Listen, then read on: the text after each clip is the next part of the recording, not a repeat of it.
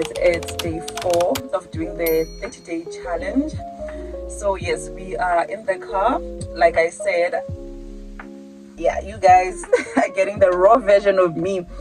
No filters, no makeup. We're keeping it real as we can. Well, yeah, this is it. So let us get into today's video. I started this 30-day challenge 4 days ago. Today it's Thursday. I recorded my first video on Monday. I started this video for like 4 days ago. This is day 4 when you're watching this.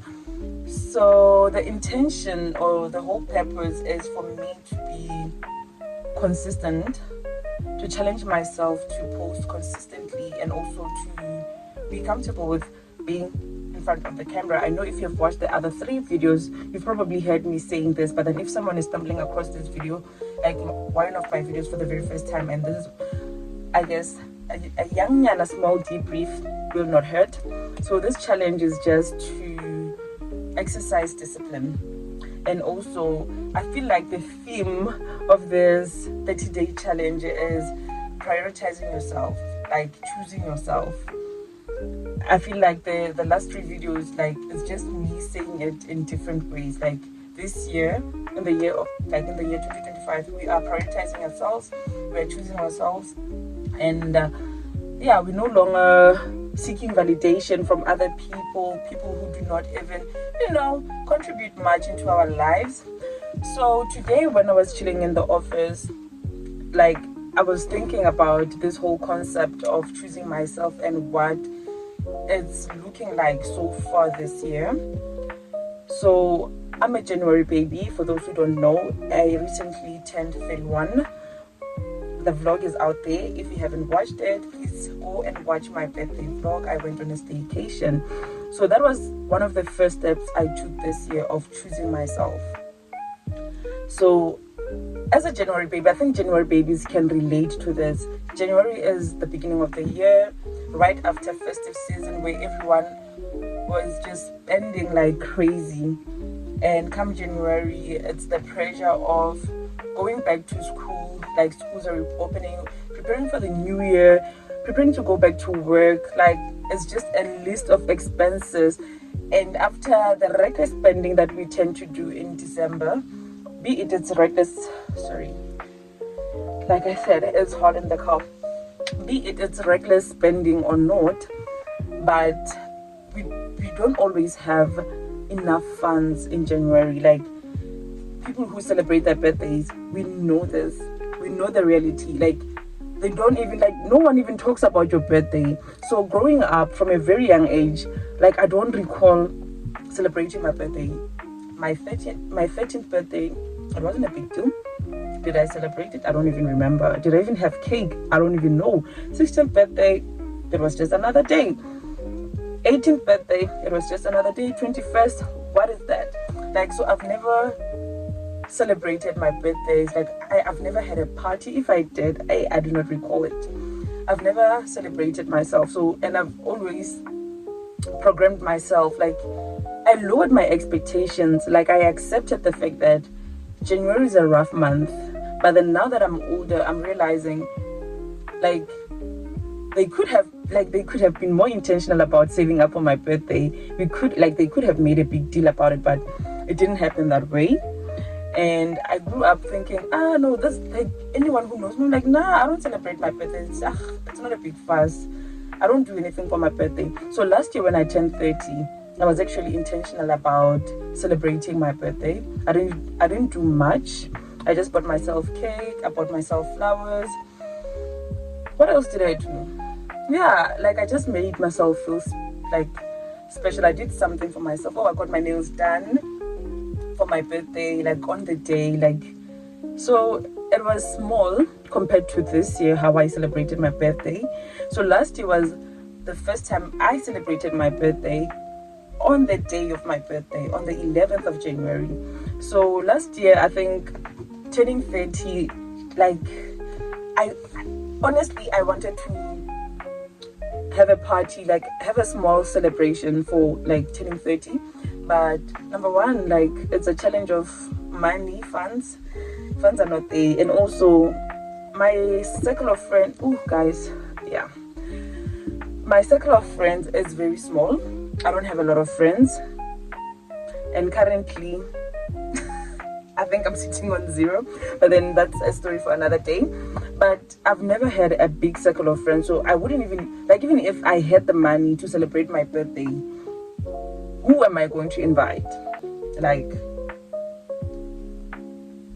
I wouldn't even know who. Like, the guest list would be family, and we don't all get along, so it's a bit tricky. So this year I was like, okay, I'm going to celebrate my birthday by myself. I'm going to choose myself. I'm going to prioritize myself.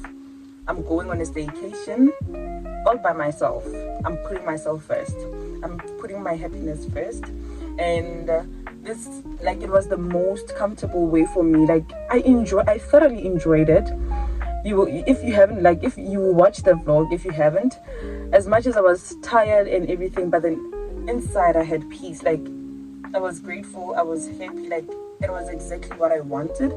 Fine, physically I felt tired and everything, I rambled about it, but the meaning, like the essence of the day, like the sentimental part of it was, on spot, on point. I really enjoyed my birthday. So that's where it all began. That's where it really sinked in for me that, girl, this year you are choosing yourself. Even if it means doing it alone, doing most things alone. You don't need anyone to tag along. You don't need validation from people. Like, sometimes we feel like we can't live life to the fullest if we don't have people to do it with, if we don't have people like applauding you, like people to celebrate your achievements with you. Like, you reach those small milestones and you want to quickly like rush to your phone and share it with someone, but then sometimes as you grow you learn that it's not everyone who is happy for you. They might clap, but they don't mean it. So you have to be okay with celebrating your milestones, celebrating life all by yourself. So that is one thing that I realized that I have to prioritize this year. Like, I have to prioritize choosing myself. So the theme of this, I don't know how long I'm going to drag this choosing yourself thing, but it's important. I want to say it until it, like, even myself, I want to say it until it gets to a point where I grasp what it means and I actually put it into action. Like, I take those steps of choosing myself, choosing my dreams, So as I was thinking about this, I realized that sometimes people make you feel guilty for choosing yourself. Guys, talk about discipline. Okay, fine, I know you're wondering, why is she not opening the doors? I explained this already yesterday. I can't open the doors, I can't open the windows. I try to open the door, but then it's windy and the door is heavy, so it keeps on getting closed anyway. So I have to do this. It's okay, I won't suffocate, I promise. I was being a little bit dramatic yesterday. It's hot, but I won't suffocate. I know the sweat, like, you guys can tell that I'm sweating like a pig. I've never seen a pig sweat, but that's what they say. Sweating like a pig. Anyways, I digress. So getting back into it, people will make you feel guilty for choosing yourself. Like, be prepared for that. People will hate on you for choosing yourself. Like, people will constantly talk about how you should choose yourself, how you should show yourself love, how you should put your dreams first, how you should strive for the things that you want, until you do it. The moment you start showing up for yourself, the moment you start putting yourself first before them, like you used to, people will hate on you. Like, people will be mad. They will hate on you like it's some type of a crime that you're putting yourself first. People are so comfortable, so okay with taking from you Like, they don't care that your cup is running empty. Like I said it today, make sure that this year you refill your cup. Refill your cup. Take a moment, refill your cup. Take care of your mental health. Choose yourself. Stop choosing other people. And I said this today to myself. I said, I will buy myself flowers this year. I will buy myself those flowers before I buy them for anyone else. Yeah, I will, because we are so used to making a fuss about other people's achievements, expressing how other people, like, you know, those long texts that you type and send to loved ones, expressing how much you love them. Write yourself those long texts. Like, tell yourself those words. Choose yourself. Love on yourself. Take yourself out on a nice date. I'm not saying that we are isolating and cutting people off, but then every now and again, remember to prioritize yourself. Don't allow yourself to run on empty. Like that yellow light, it's been on for quite a bit. You cannot be like going through life wondering, when am I going to finally, hit my limit, Like, don't wait until you break for you to actually realize that you need to take care of yourself.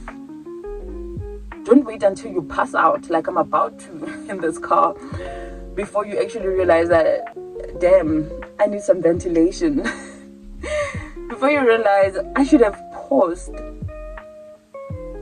Like, stop putting people first.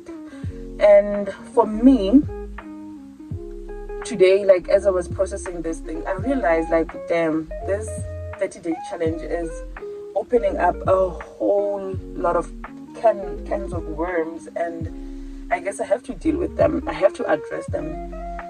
I have to address them with myself first before I can even think about addressing them with other people, because it is about me. Because sometimes forgiving or forgiveness, it's not even about the next person, it's about yourself.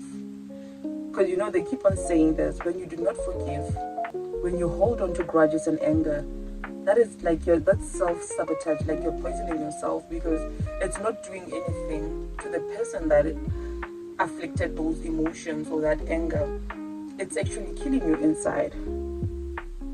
So I realized that there's a lot that I need to deal with. I need to sit myself down, and I need to work on, I need to sort my house out so that I can be in a position where I will pour out from a healthy space. Like, I want to show up for people. I want to show up for my loved ones. I want to show up for my friends. Maybe I've been a bad friend. Maybe I've been a bad daughter. Maybe I've been a bad partner. Maybe I've been a bad mom. I don't know how people feel about me right now. But then I will not fully blame you. I will take some accountability, because last year a lot happened, and I never paused to actually process the emotions. Not even last year. My whole life, I've just been sweeping everything under the carpet. And I thought that was somewhat forgiveness. I'm not a confrontational person, so I avoid. So I thought that was what forgiving looks like. But then I realized that is not forgiveness. Those things, they're still there, unaddressed. Now it's a big lump under that carpet. We have to address the lump. So I am going to choose myself, and part of choosing myself, it's not just looking at the faults that others do, but then also looking at the faults that I did along the way, the bad decisions, all of those things. And for those who did not watch yesterday's video, guys, I'm recording in the car because, our house is too small, like I said already yesterday. And guess what? We have mosquitoes in this car, so more problems. The challenge is getting more challenging as the day goes by, but we're not giving up. As I was saying, what was I saying? I lost my train of thoughts. But I think we were like I digressed whilst trying to talk about feeling guilty about choosing yourself. I want to go back. There's something that I want to say about the guilt that comes with choosing yourself. Okay, I'm a mom. For those who don't know, I'm a mom. I have a son, and because I've been choosing myself and doing certain things by myself, I'm learning that, because my son is very vocal. My son is someone who will express himself. Like, if he doesn't understand, if he's not comfortable with your decisions or the things that are happening around him, he will communicate without holding back or anything like that. So when I go away, like when I was away on my staycation, I guess it's normal for moms, that mom guilt, and children to feel like, oh, but then you left me behind. I wanted to go with you. Why did you leave me? Because when I go away, it doesn't matter whether I'm going away on a staycation or where I am, but then if I'm not at work and he's not at school, but then I'm doing other things outside of him, he tends to not be so understanding. He's not understanding. Like he's quite like he's not a baby. My son is turning 10 this year. He's not a baby, so he tends to communicate how he's not happy with me leaving him behind, and I understand. But then I used to take it lightly, thinking, maybe he feels like I was just having fun without him. He wanted to join in on the fun. But then I'm now learning and realizing that sometimes, because children are very impressionable, and sometimes we might say things jokingly, but then they take it to heart. So what I'm now learning or understanding with my son is that maybe in my absence, it might be said jokingly or so that your mom left you. To him, it's not a joke. To him, that feels like rejection. And something that I've recently have been trying to communicate to him is me choosing myself. It's not rejecting him. Like, I need him to understand that I am not rejecting you. I'm not neglecting you when I choose myself. I remember I had to say this to him. I had to explain to him, he was going somewhere and I wasn't going with him. I was like, no, I'm staying behind because I have other things to do. And he was like, no, but why don't you want to go with us? And I had to explain to him that me choosing to stay behind, it's not because I don't love you or I don't want to spend time with you. It means that mommy has a life outside of you. Because we wear a lot of caps. Not only am I a mother, but then I'm a daughter. I'm an employee. I'm a member of society. I'm a friend. I'm a sister. I'm an aunt. I'm all of those things. And everyone expects me to show up. Everyone expects me to show up. So I can't be present fully everywhere all the time. Like, balance does not look like that. It's not realistic for us to expect balance to look like equal parts of Mary everywhere at the same time, all the time. One day I will give more to this, and one day I'll give more to that. And one thing that I've been neglecting, which is why this year we're making sure that we're refilling our cups. The one part that we neglect, it's ourselves. You're trying to run around, trying to please everyone, trying to show up as a mom, trying to show up at work. Because at work they expect you, don't come with your family problems. When you come here, you must be fully present. When you go home, don't bring your work stress home. You need to show up. When you go to church, everyone has expectations of you, and everyone expects you to show up as your best self.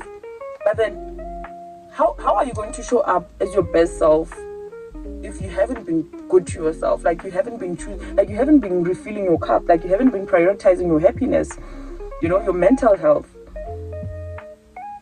So this year, we're not going to do any of those things.